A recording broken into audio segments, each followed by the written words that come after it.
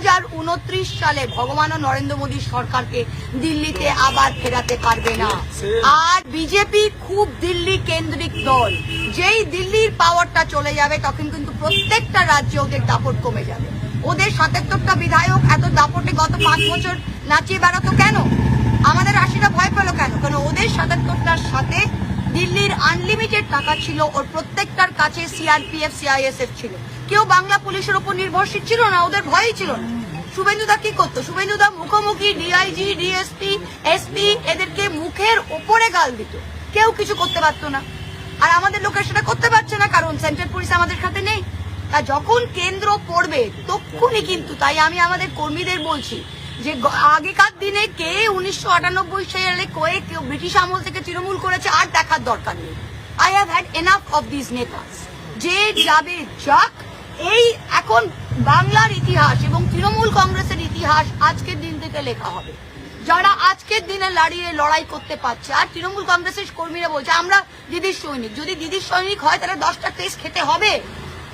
1 মাস জেলে গেলে কেউ মরে যায় না ভাই। আমাদের অনেক লোক জেলে গেছে, বেল পেয়ে 3 সপ্তাহ পর বেরিয়ে এসছে। কি আছে? স্বাধীনতা সংগ্রামে লোকে বলতো যদি জেলেই না গেলাম তো আর সংগ্রাম কি করলাম। তো আমি প্রত্যেকটা কর্মীকে বলছি যে আমরা দিদির সাথে আছি কিন্তু ঘর থেকে বেরোচ্ছি না। ভাই দিদির সাথে আছেন তো ঘর থেকে না বেরোতে হবে না? আমরা তো দিদির সাথে আছি, আমি তো ঘর থেকে বেরোচ্ছি। আমি তো এমএলএ থাকতেও পুলিশ নিই, এমপি থাকতেও পুলিশ নিই, আজ অব্দি থাকতে পুলিশ নিই। কি করবে? কি করবে এটা কি? এই সাহসটা রাখতে হবে। আপনারা এতদিন যে ক্ষমতা ভোগ করেছে, প্রত্যেকজন যারা ক্ষমতা এতদিন ভোগ করেছে, তারা আজকে যদি 30 দিনের জন্য নিজের স্বাধীনতাকে ত্যাগ করতে হয় সেটা করতে হবে।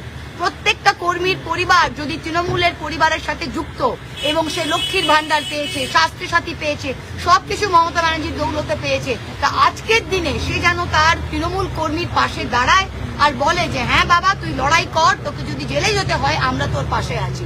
এই ভয়ে যেটা হচ্ছে, এই ভয়টাকে ভাঙতে হবে। আমি কোনোদিন দেখিনি, আমরা শুনেছি এমার্জেন্সি 1977 হয়েছিল, লোকে বলে সিপিএম এর অত্যাচার, সিপিএম এর অত্যাচার। আমি সিপিএম এর আমার রাজনৈতিক জীবনে লাস্ট 3 বছর পেয়েছিলাম, কিন্তু যে কোনো অত্যাচার বাংলার মাটিতে হয়েছিল সবকটাকে ধাপে ধাপে ছাড়িয়ে চলে গেছে এই বিজেপি। আমি কোনোদিন দেখিনি যে কোনো পুলিশ, কোনো এসপি, কোনো আইপিএস অফিসার একজন এমএলএ কে ফোন করে, একটা আইপিএস অফিসার এমএলএ কে ফোন করে বলে যে আপনাকে ওইদিকে যেতে হবে। একটা আইপিএস অফিসার একটা ওসি কে বলে যে এদেরকে যদি ওইদিকে না যাও তাদের এদের ফৌজ কেসে ওপেনলি প্রত্যেকটা জায়গায় আমাদের কর্মীদের এটা করছে। প্রত্যেকটা জায়গায় আমি কর্মীদের স্ট্রেট বলছি।